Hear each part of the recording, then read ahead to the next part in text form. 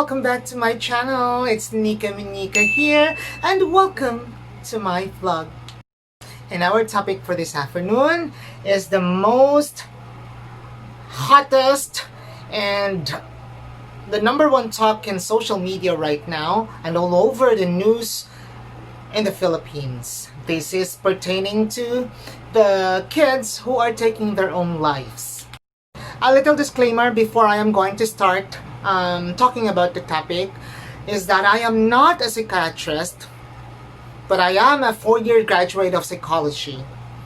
So the topic that I'm going to discuss this afternoon is a very, very sensitive topic. So I hope you remain to have an open mind. Now, it's been all over social media and in the news when they labeled it as depression. So many kids start taking their own lives. And a lot, especially on the radio, I've heard so many announcers telling that this is a depression-related case and that it has something to do with the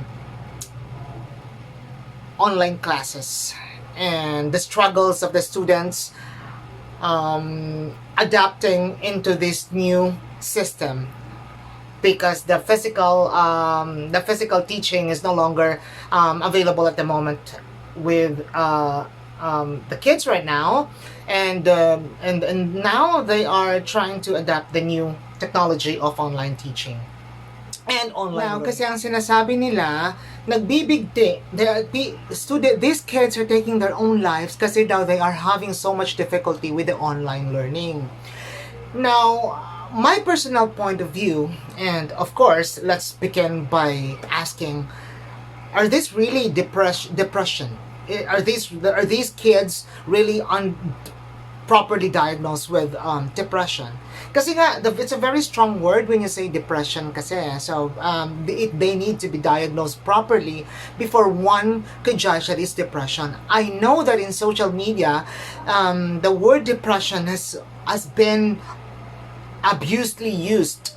Kasi nga, alam niyo naman, they became a trend. They became a fad. There was a time that it became a fad, wherein if one says, "Oh, I'm really depressed," it will sounded like it's like a little bit elite or yung parang social. Alam mo yon? So a lot of kids are using it. You know, I'm so depressed kasi ganito, ganyan, ganyan. When in fact, in reality, they are just sad. And sadness and depression are two different things. So I hope you're not gonna mix depression with sadness. Okay? Now, going back to the real topic, ginagamit kasi nila, these kids are depressed because they're taking their lives, they are ending it, and all that. But my question is, is it really related to the online module or online classes that has been given by the government? I mean, implemented by the government? Is it really related, or is it really the number one reason? Because for me, I don't see actually the whole point na ito yung rason that these kids are having trouble with their own self. And you know, I see this as yung parang it's just one of the reasons. I'm sure kasi I believe that these kids are actually facing a lot already. They need a proper guidance from someone. When we say guidance kasi, it's not just you're going to tell the kids na you're just gonna behave na ganito, magdasal ka lang, and everything. These kids need to be guided accordingly. When I say guided accordingly, this is the process of which the role of the parent kicks in. Hindi lang po kasi sinasabi natin na because we are parents, enough na yung napapakain natin yung mga anak, enough na yung you can provide for the needs of the kids, or a little extra or something that they can enjoy. Hindi. Having a kids is a very, very big obligation. And of course, pinagplaplanuhan talaga lahat. So, I don't see the connection na the main reason is yung nakakaproblema yung bata kasi hindi maintindihan yung online classes. Yung module and all this stuff. Yung nakikita kong problema nito is that the kids, meron na silang problema ahead. Okay? Triggering point lang na nagkaroon ng online classes na medyo nagulo yung pag-iisip nila. I mean, not necessarily yung ano talaga mentally, but na nagkagulo-gulo lang kasi they already have a lot of things to handle prior to this. So, I think it would also be unfair na yung pinagbabagsakan ng lahat ng rason is that you are going to channel it directly because of the module. I mean, I don't have any connections about the government with regards to anything, with regards to implementations or whatsoever. This is just a personal point of view. Na I don't think naman that it's all about the module kasi kaya nagbibigti yung mga bata, kaya nagkaganito, kaya nagkaganyan. I think we need to go for a deeper reasons as parents, as guardians, or as someone na overseeing those kids or the kids that are suffering right now, or not just the ones suffering right now, but to all the kids and to all the parents. I think we should be doing our part. Kaya for all the parents out there, I hope you could take some time to talk to your kids. Ask them how they are. I mean, it's very important for a parent to somehow ask your child, how are they doing? How are they feeling? How are they doing right now? That is a very simple line of questioning, but it has a very, very big impact to the kids. Kasi it entails care. It entails extra, anong tawag nito? Yung parang, you are giving them attention kasi you are asking them. Most common thing kasi, ang nangyayari kasi, especially with the culture of the Philippines, we have a very close family ties and everything. Ginagawa lang natin na everything is just okay na, everything is just normal, like this, like that. We even forgot to ask our own kids na how are they doing? Like I said, it's a very simple line of questioning, but it actually entails a lot. Now talk to them. Tell them if ano bang nangyayari sa buhay nila, or if they are in their adolescent stage, ask them if meron na ba silang crushes and all that. Yung mga minor things na supposed to be ginagawa ng mga parents, please don't ever forget those things. Kasi those are the things na it's a break, it's a break-in point for you to be able to talk more to the kids and open more of their situation. It is very important. I just hope you understand. For the parents also, you have to properly determine your relationship between you and your kids.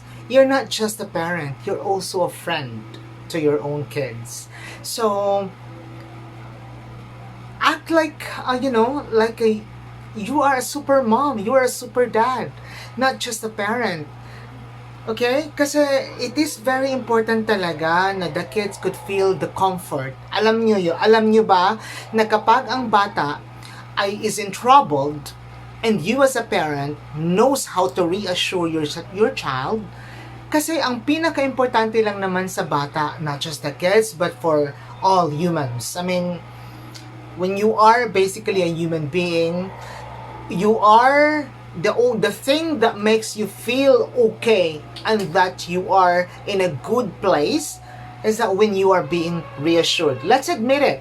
When we are being reassured na okay lang lahat, everything will just be fine, everything will just be taken care of, we will be able to feel good because we know na somehow magiging okay yan. The same goes with the kids, especially with the kids. Kaya very important that you can do reassurance. Reassure your kids. Okay? And another thing is that make sure that you are going to resolve issues Okay? Now, if you are facing an issues with your kids, kapag yung mga anak nyo ay may problema or not feeling good or napagalitan. Okay, let's take it as an example.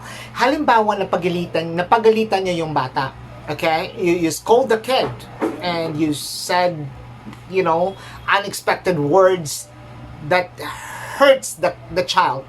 Okay? Now, it's a very big impact for the child kasi kapag galing sa kanilang parents, if you say something not nice, na napagalitan niyo siya, which is very common for parents, for most parents, if you say some words na hindi ka nais-nais, make sure that you are going to resolve issues. Never ever let your child go to sleep bearing some bad thoughts, bad emotions, bad feelings at all.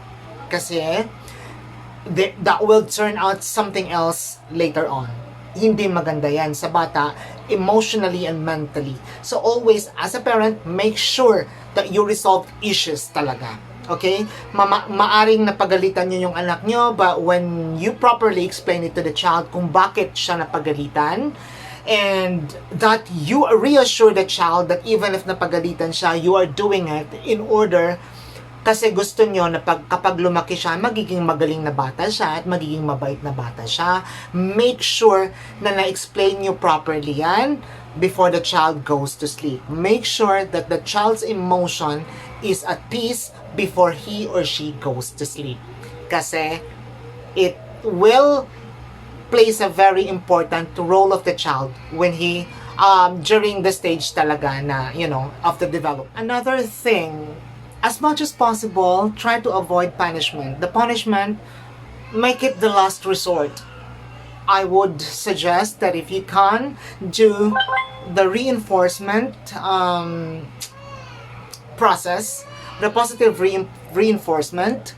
I would suggest you do that first before you resort into the punishment thing. Kasi mas maganda pa rin kapag you do the positive reinforcement. If the child has done something nice, you reinforce it properly. Like if he or she is doing something good, like you unexpectedly nagwawali siya sa bahay, di ba? And then you didn't expect kasi hindi niya normal na gawain yun. You try to reinforce that. You say, wow, you're doing a good job. Ang galing mo naman, anak. Wow, you know, I've never seen you like this. Later, bigyan kita ng something or something like that. Do something na will boost the ego of your child, will boost the feeling of your child that, you know, he or she needs to do more good things or things like that kasi it will be appreciated. Yun yung nakakalimutan ng most parents eh.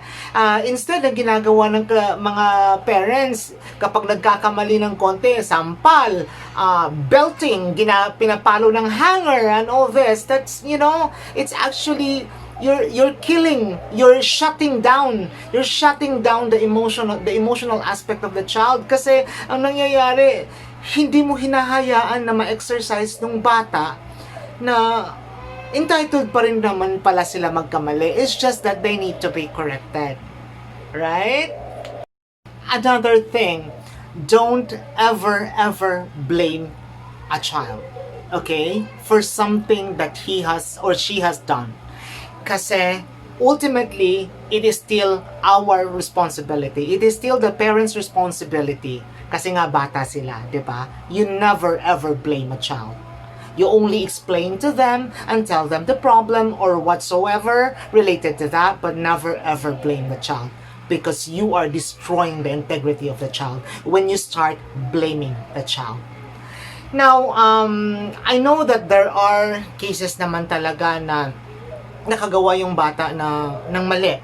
You know, it could be the severity of the mistake could be basically differs on every child. But then again, it is not the reason you blame a child. Kaya sila tinatawag na bata because they need guidance. So it is mainly your proper responsibility as an adult, as a parent. Now, one last thing that I would like to stress out also is that to avoid the child na magkakaroon ng hate as they are growing, magkakaroon ng compounded problems with their emotions, is that never ever share a problem to a child, especially your present problem. You actually, parents are allowed to tell the child, but never ever yung alam mo yung stressed out to the child kung ano yung problema. Halimbawa, you keep telling the child na, alam mo anak, huwag kang bibili niyan kasi hindi tayo mayaman, mahirap lang tayo. Anak, ganito, mahirap tayo. You know, if you keep inculcating to the mind of the child all these negative things which in the first place you as a parent should be handling, tapos palagi mong pinupulpok sa bata. Now, kasi hindi lahat ng bata kakayanin yan eh. Most of the child, hindi nila kakayanin yan. And then, at the end of the day, pag compounded na yan sa utak ng bata and with their emotions, when they are growing, iba yung effect sa kanila. It could result to something else. Could be worse, could be could be basically not good. So I hope you also try to think about it. They are kids. They didn't ask to be born in this world. You as a parent, it is our role to protect them. Right? So pag nagkakaroon ng problema and you can't really take it, find a way. To begin with, hindi sinasabi ng bata na gusto niyang ianak.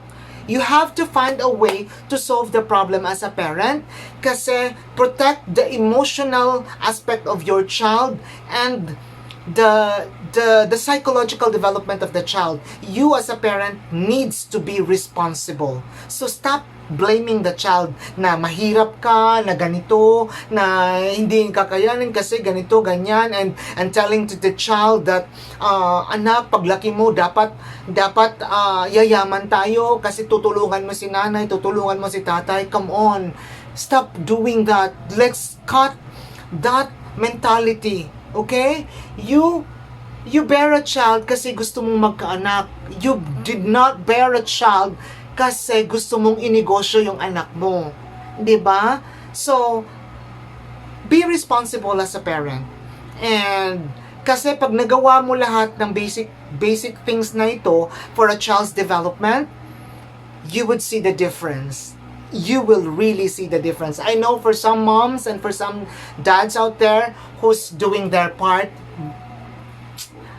ginagawa talaga nila yung lahat sa kanilang anak. I'm sure you can relate to what I am saying.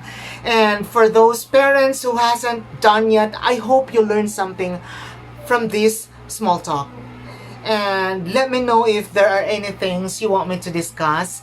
I hope it helps on your end. And I would be glad to answer your questions.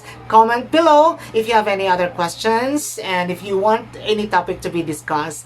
Thank you so much for watching. And if you haven't subscribed, please subscribe to my channel, Nika Manika Vlog, and press the notification bell so you will be notified for my upcoming videos. Thank you very much. Bye!